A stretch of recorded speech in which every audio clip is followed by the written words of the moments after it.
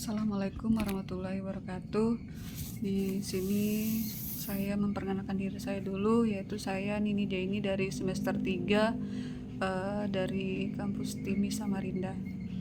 Baik, terima kasih. Di sini saya akan menjelaskan tentang mata kuliah Bahasa Indonesia yang berjudul tentang bagian-bagian skripsi 3 abstrak. Di sini juga saya akan menjelaskan tentang pengertian abstrak dulu ya. Abstrak di sini adalah ringkasan singkat tentang isi skripsi yang memuat pokok-pokok penting seperti latar belakang, tujuan, metode, hasil dari kesimpulan. Abstrak juga di sini bertujuan untuk memberikan gambaran umum tentang skripsi kepada pembaca. Struktur abstrak tentang skripsi di sini mempunyai satu latar belakang. Latar belakang itu mempunyai 1 sampai 2 kalimat yang menjelaskan tentang konteks dan masalah yang diatasi. Yang kedua, tujuan penelitian. Itu 1 kalimat menyatakan tujuan skripsi. Yang ketiga, tentang metode penelitian. Itu bisa 1 sampai 2 kalimat menjelaskan tentang metode penelitian yang digunakan. Yang keempat, hasil penelitian. Itu bisa 2 sampai 3 kalimat yang menyajikan hasil penelitian utama. Yang kelima, tentang kesimpulan. Kesimpulan itu 1 kalimat yang menyimpulkan temuan penelitian. Baik, di sini lanjut lagi tentang tips menulis abstrak. Di abstrak sini ada terbagi 5, yaitu 1. Singkat dan jelas. 2. Gunakan bahasa secara formal. Yang ketiga, hindari singkat dan istilah tentang teknis. Keempat, perhatikan struktur dan tata bahasa. Yang kelima, di sini kita akan menyesuaikan dengan kebutuhan skripsi. Selanjutnya ada berikut pembagian-pembagian skripsi dan abstrak. Bagian-bagian skripsi yaitu 1. Halaman tentang judul, berisi judul skripsi itu misalnya nama penulis, institusi, dan tahun ya. Yang kedua itu abstrak. Abstrak itu bisa 150 sampai 250 kata, yaitu menjelaskan tentang ringkas singkat tentang isi skripsi. Yang ketiga, kata pengantar. Pengantar ini menjelaskan latar belakang, tujuan, dan metodologi tentang penelitian.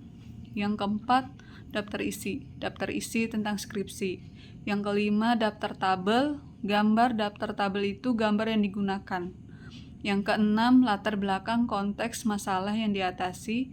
Yang ketujuh, tinjauan pustaka atau kajian teori dan konsep yang terkait. Yang ke-8, metodologi penelitian. Metodologi ini mengumpulkan data dan analisis.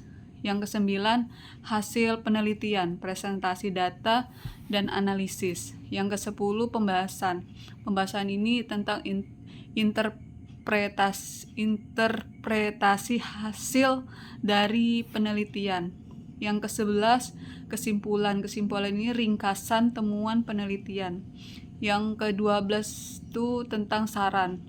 Saran ini tentang rekomendasi untuk penelitian secara lanjutan. Yang ke-13 tentang daftar pustaka. Daftar pustaka di sini tentang sumber-sumber yang akan digunakan. Yang ke-14 tentang lampiran. Lampiran ini misalnya data pendukung seperti tabel, gambar, dan dokumen. Berikut di sini saya akan menjelaskan lagi sedikit tentang contoh abstrak skripsi. Misalnya, judul skripsi, analisis faktor yang mempengaruhi tentang kemajuan ekonomi Amerika Serikat. Yang studi kasusnya itu periode 2010 sampai 2020.